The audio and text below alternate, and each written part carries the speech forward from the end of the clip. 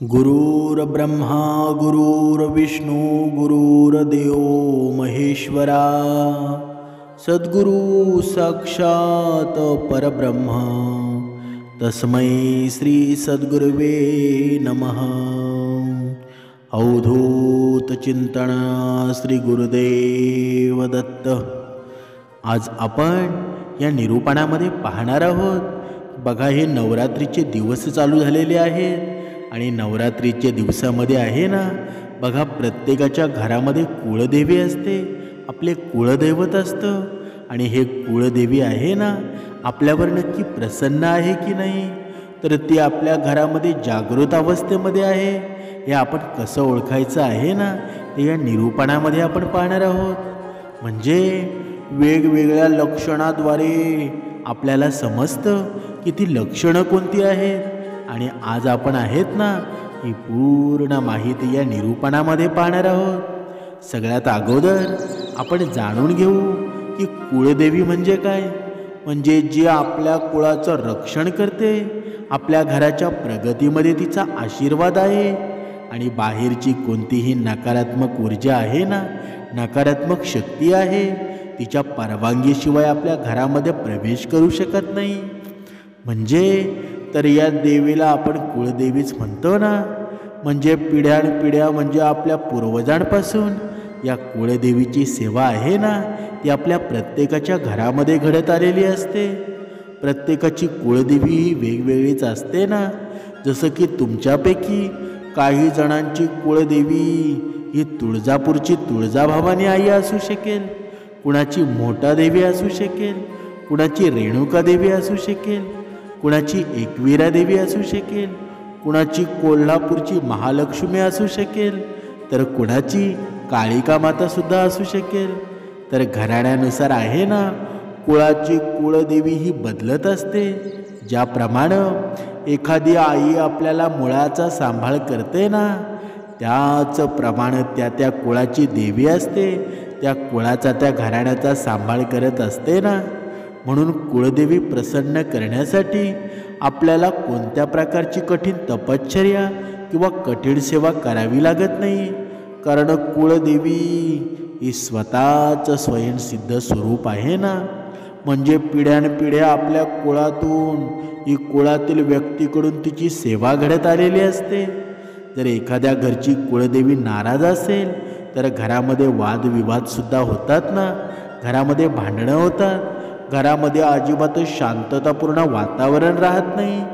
संतान सुख प्राप्त होण्यामध्ये त्यातमध्ये सुद्धा अडचणी येतात। म्हणजे वेगवेगळ्या प्रकारच्या समस्या आहेत ना, त्या घरामध्ये निर्माण होत असतात। अगदी साध्या सेवेनं सुद्धा कुळदेवी ही प्रसन्न होत असते ना। त्यामुळे जेव्हा कुळदेवीचा वार असतो तेव्हा तिची आवर्जून सेवा करायला पाहिजे। बघा, आपण आहे ना, आपण शहरामध्ये राहत असू ना, तरी या नवरात्रीच्या दिवशी आपण कुळदेवीला भेटायला जात असतो। म्हणजे आपण तिची पूजा करायला हवी ना, तिला नैवेद्य दाखवायला हवा, तिच्यासमोर दिवा लावायला हवा। देवीच्या पुढे भाजी भाकरीचा नैवेद्य आहे ना, अगदी प्रेमानं, मनापासून श्रद्धेनं आहे ना, तो देवीला नैवेद्य दाखवायला हवा। अजिबात मातेचा विसर पडून देऊ नका, नामस्मरण निरंतर ठेवा।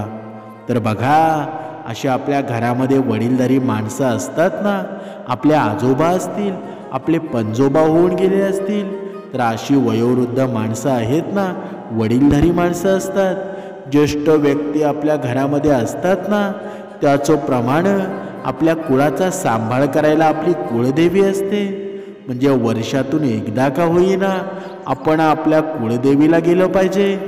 कुळदेवीच्या ठिकाणी आहे ना, आपल्या घरातील प्रमुख व्यक्तींनी घरातील लहान मुलांसोबत गेलंच पाहिजे ना। ज्यामुळं कुळदेवीचा आशीर्वाद आहे ना, आपल्या घरावर कायम राहतो।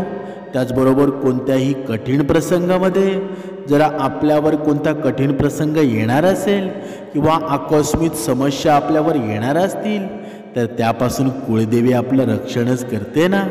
म्हणून त्यासाठी आपण आपल्या देवघरामध्ये मंगळ कळश भरून ठेवायचा असतो। कुळदेवीला प्रसन्न करण्यासाठी आहे ना, आपल्याला कोणत्याही प्रकारची कठीण तपश्चर्या करावी लागत नाही, कठीण व्रत करण्याची गरज नाही. मात्र वर्षभरामध्ये जी काही मंगळ कार्य आपल्या घरामध्ये करतो ना, आपल्या घरी जेव्हा बाळ जन्माला येतं, आपण नवीन कामाची सुरुवात करतो, त्या वेळेला मात्र आपण आपल्या कुळदेवीला ध्यानात ठेवलं पाहिजे, तिचं स्मरण केलं पाहिजे. नवीन गोष्टींची सुरुवात करण्यापूर्वी आपण तिचा आशीर्वाद घेतला पाहिजे. एवढं केलं ना तरीसुद्धा पुरेसं आहे. आता तिची खास लक्षणं आहेत ना, किंवा तिचे काही संकेत आहेत, ते ज्यावरून आपल्याला कळतात ना, ते आता आपण पाहूया. म्हणजे तुमच्या जीवनामध्ये कुळदेवी तुमच्यावर प्रसन्न आहे, ती तुमच्या घरात जागृत अवस्थेत आहे, ती तुमच्या घरात निवास करते ना, हे कसं ओळखायचं ते पाहूया. पहिलं लक्षण म्हणजे की ज्या घरातील कुळदेवी त्या घरावर किंवा त्या कुटुंबावर प्रसन्न असते ना, त्या घरातील कोणत्याच कामांना कोणत्याही बाधा येत नाही. म्हणून अशा घरातील व्यक्तींनी जे काही कामं हाती घेतली असतील ते काम पूर्णत्वात जातं, ते कधीच थांबत नाही. त्यांना त्या कामामध्ये सफलता प्राप्त होते. त्यांना ज्या काही कामामध्ये अडचणी येत असतील, म्हणजे कितीही साधं सोपं काम असेल किंवा कोणतीही गोष्ट करायची असेल, तर त्यामध्ये अडचणी निर्माण होत असतील, तर तुम्ही समजून जा की तुमची कुळदेवी तुमच्यावर नाराज आहे, किंवा काहीतरी तुमच्या कुळदेवीचं तुमच्याकडून चुकत आहे. त्यामुळं काय करायचं आहे ना, की वर्षातून एकदा का होईना आपल्या कुटुंबाबरोबर आपल्या कुळदेवीच्या ठिकाणी जाऊन यायचं. म्हणजे आपल्या कुळदेवीचं मूळ ठिकाण जे आहे ना, तिथे तुम्हाला जायचं आहे, आणि तिथे दर्शन तुम्ही करून आलात ना, की देवीची ओटी भरली, किंवा नवरात्रीच्या वेळी घरातील एका सदस्याने का होईना नवरात्रीचे 9 दिवसांचे उपवास केले तरीसुद्धा भरपूर आहे. म्हणजे वर्षात जे जे काही कुळदेवीचं येतं ना, कुळदेवीचे काही उपवास असतील, कुळदेवीचे काही कार्य असतील, जसं की नवरात्रीमध्ये आपल्याला कुळदेवीची सेवा करावी लागते. चैत्र नवरात्रीमध्ये सुद्धा आपण कुळदेवीची सेवा करतो. शुक्रवार असतो आपल्या कुळदेवीचा वार, तर त्या दिवशी का होईना आपल्याकडून कुळदेवीची सेवा घडलीच पाहिजे. तरीसुद्धा आपल्याला प्रत्येक कामामध्ये यश मिळेल ना, आपल्या कोणत्याही कामामध्ये बाधा येणार नाही, आणि कुळदेवी आपल्यावर प्रसन्नच होईल ना. म्हणून कुळदेवी आपल्यावर प्रसन्न असल्याचे आता दुसरं कारण पाहूया.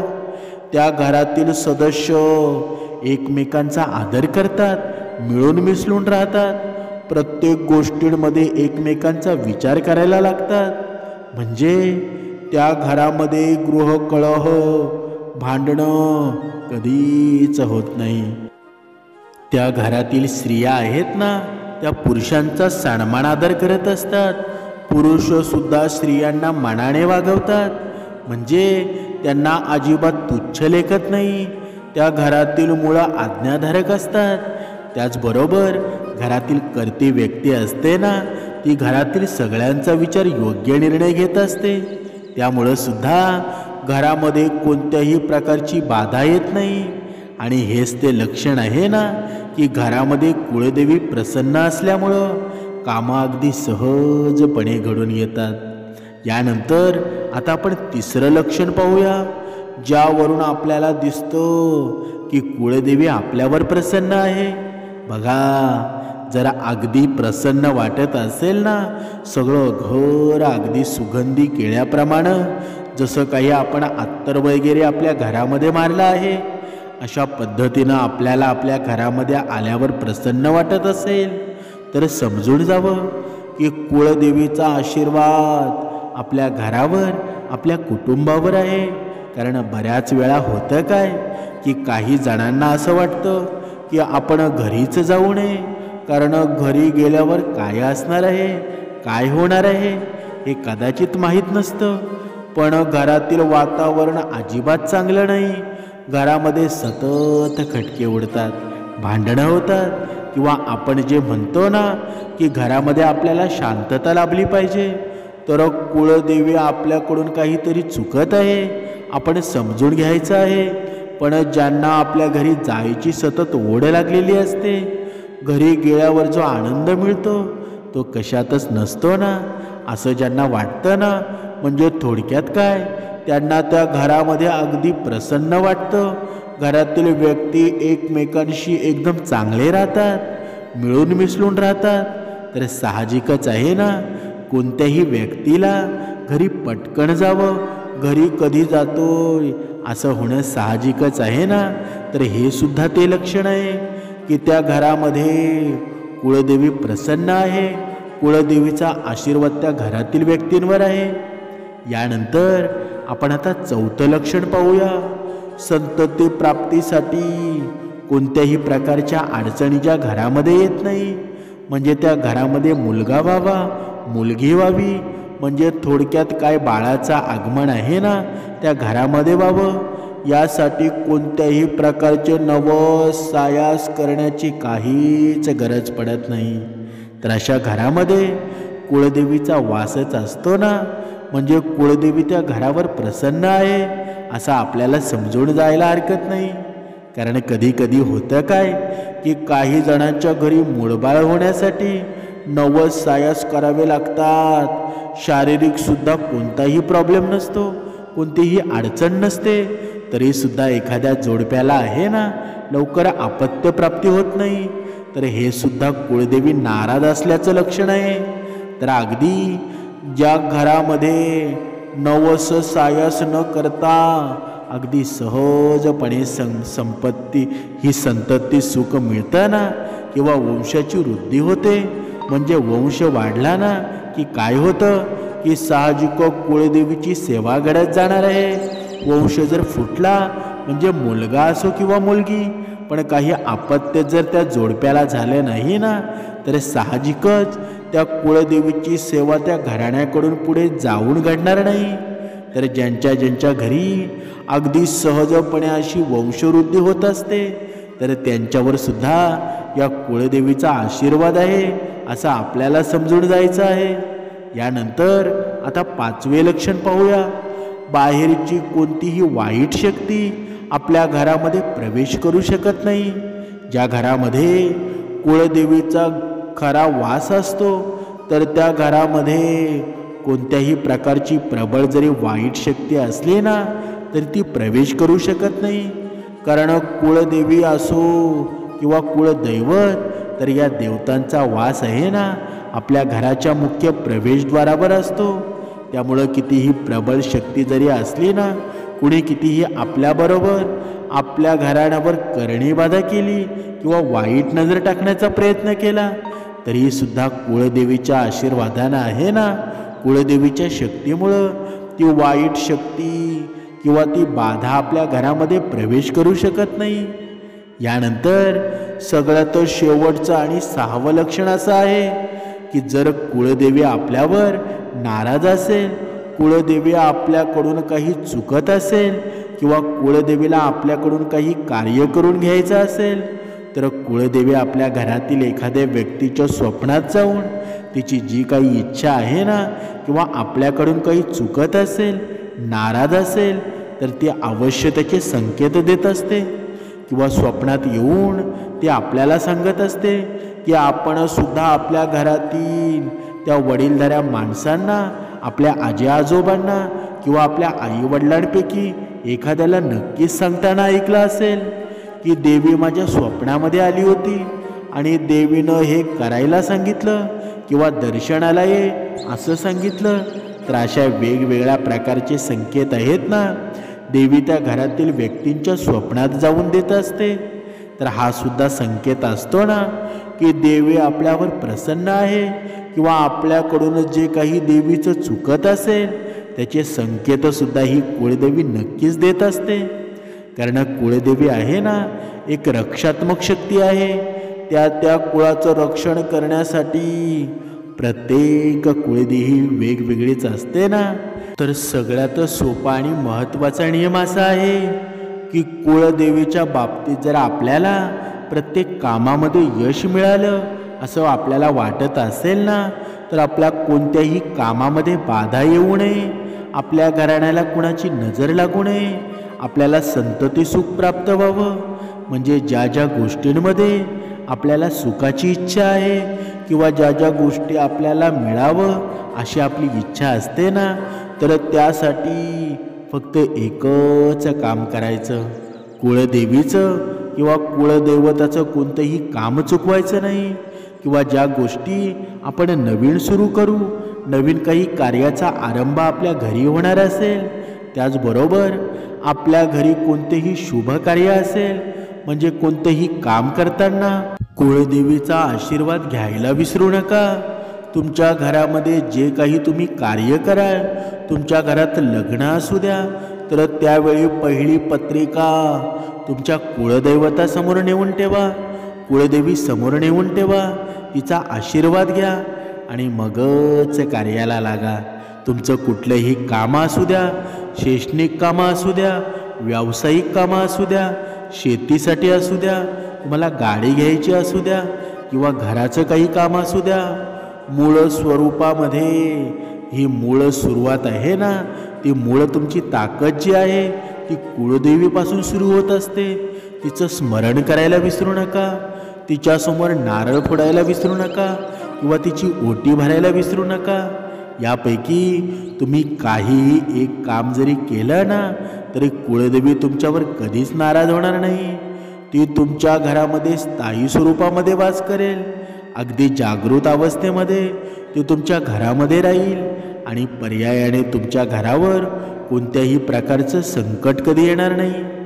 जर चुकून एखादं संकट आपल्या घरावर येणार असेल, घरातील एखाद्या व्यक्तीवर येणार असेल, तर त्या संकटातून आहे ना कुळदेवी आपल्याला नक्कीच वाचवेल किंवा त्या संकटातून बाहेर कसं पडायचं ना, तर याचा मार्ग तरी नक्की दाखवेल.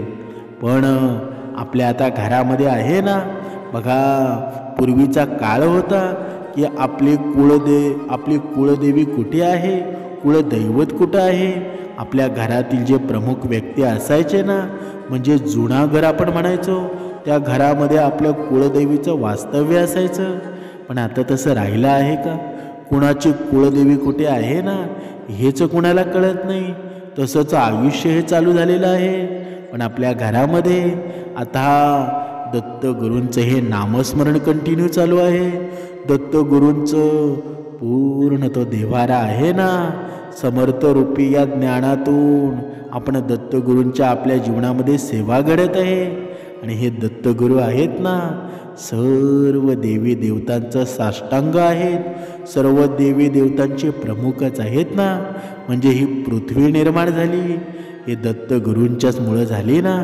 म्हणजे ब्रह्मा विष्णू महेश हे त्रिलोक आहेत ना, हे त्रिगुण आहेत. या त्रिगुणांची जेव्हा आपल्यावर कृपा असते ना, तेव्हा सर्व देवी देवतांचा आशीर्वाद आपल्यासोबत असतो. अवधूत चिंतन. श्री गुरुदेव दत्त.